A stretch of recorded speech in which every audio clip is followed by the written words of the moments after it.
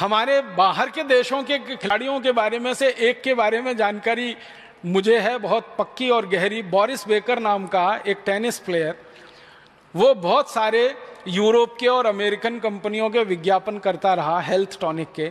एक बार Boris Becker को पूछा गया कि आपकी जो सर्विस करते हो टेनिस में, आप जानते हैं बॉल को रैकेट से मारना है तो बहुत तेज स्पीड से जाती है, तो उसकी स्पीड कितनी है? तो उसने कहा 135 किलोमीटर घंटे की स्पीड है। माने भारत में राजधानी जिस गति से जाती है उस गति से बोरिस बेकर बॉल मारता है टेनिस के रैकेट से। तो पूछा गया कि ये ताकत कहां से आई है? तो उसने कहा केले में से आई है। बोरिस बेकर ने ऐसा जवाब दिया कि केले में से आई है। तो जो पूछने वाला पत्रकार था उसने कहा क्या बोला? उसने कहा केले में से आई है, मैं बचपन से केला खाता हूं। और बोरिस बेकर ने बताया कि जब भी टेनिस का मैच मैं खेलने के लिए जाता हूं तो ढेर सारे केले भर के मेरे बैग में रख के लेके जाता हूं। मैच जब चलता है टेनिस का तो आप जानते हैं कोर्ट चेंज होता है हमेशा, एक बार इस कोर्ट से खेलेंगे दूसरी बार। तो वो कहता है जो कोर्ट चेंज करने का समय उतने में मैं 2 केले खा लेता हूं, फिर खेलता हूं, फिर 2 केले खा लेता हूं, फिर खेलता हूं, फिर 2 केले खा लेता हूं। उन्होंने कहा ये ताकत तो केले में से आई है। तो फिर उसको कहा गया कि फिर वो विज्ञापन जो करते हो आप हेल्थ टॉनिक्स का, उसने कहा वो तो पैसे के लिए करता हूं, खाने के लिए थोड़ी करता हूं। केला तो बोरिस बेकर जैसा मजबूत टेनिस खिलाड़ी जिसकी स्पीड के बारे में सारी दुनिया के विशेषज्ञ कहते हैं कि उसके आगे की स्पीड अभी तक कोई दे नहीं पाया बॉल में, वो कहता है कि मैं केला खा के ताकत लाया हूं।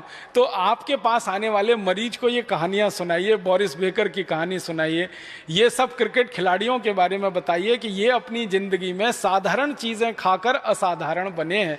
क्योंकि पोषकता उन्हीं चीजों में है जो सस्ती हैं, बहुत महंगी चीजों में पोषकता नहीं है।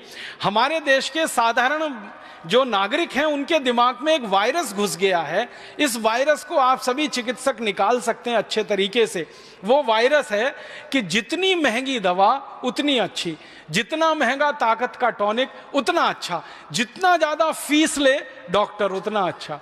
ये गलत एक वायरस घुस गया हमारे देश के नागरिकों के मन कि ज्यादा फीस ले रहा है तो अच्छा डॉक्टर है, खूब दवाएं लिख रहा है, एक छोटी बीमारी के लिए 15-16 दवाएं लिख रहा है तो बहुत अच्छा डॉक्टर है, फिर ऊपर से इंजेक्शन ठोक दे तो और अच्छा डॉक्टर है। ये वायरस आप निकाल दीजिए, ये वायरस निकालने में आप बहुत बड़ी मदद कर सकते हो। हमारे देश का साधारण गांव का गरीब आदमी, किसान, मजदूर जब डॉक्टर के पास जाता है, मैंने देखा डॉक्टर साहब इंजेक्शन लगा दो।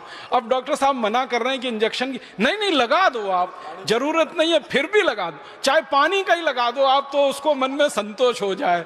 लेकिन वायरस ऐसा घुस गया। मेरी आपसे विनम्र प्रार्थना है कि मरीजों को आप सिर्फ चिकित्सा दे रहे हैं इतना ही नहीं है, मरीजों को थोड़ी शिक्षा भी दे दीजिए, उनको एजुकेट भी कर दीजिए तो बहुत बड़ा काम हो जाए। मुझे भारत में कई बार ऐसा लगता है कि भारत के मरीजों को चिकित्सा सेवाओं की जितनी जरूरत है उससे कई गुना ज्यादा हमारे देश के मरीजों को, साधारण नागरिकों को शिक्षा की जरूरत है, हेल्थ एजुकेशन की जरूरत है। हेल्थ फैसिलिटीज तो काफी कुछ हो गई हैं अब इस देश में, बहुत सारे चिकित्सालय हैं, बहुत सारे डॉक्टर हैं, बहुत सारी दवा की दुकानें हैं, लेकिन हेल्थ एजुकेशन के नाम पर इस देश में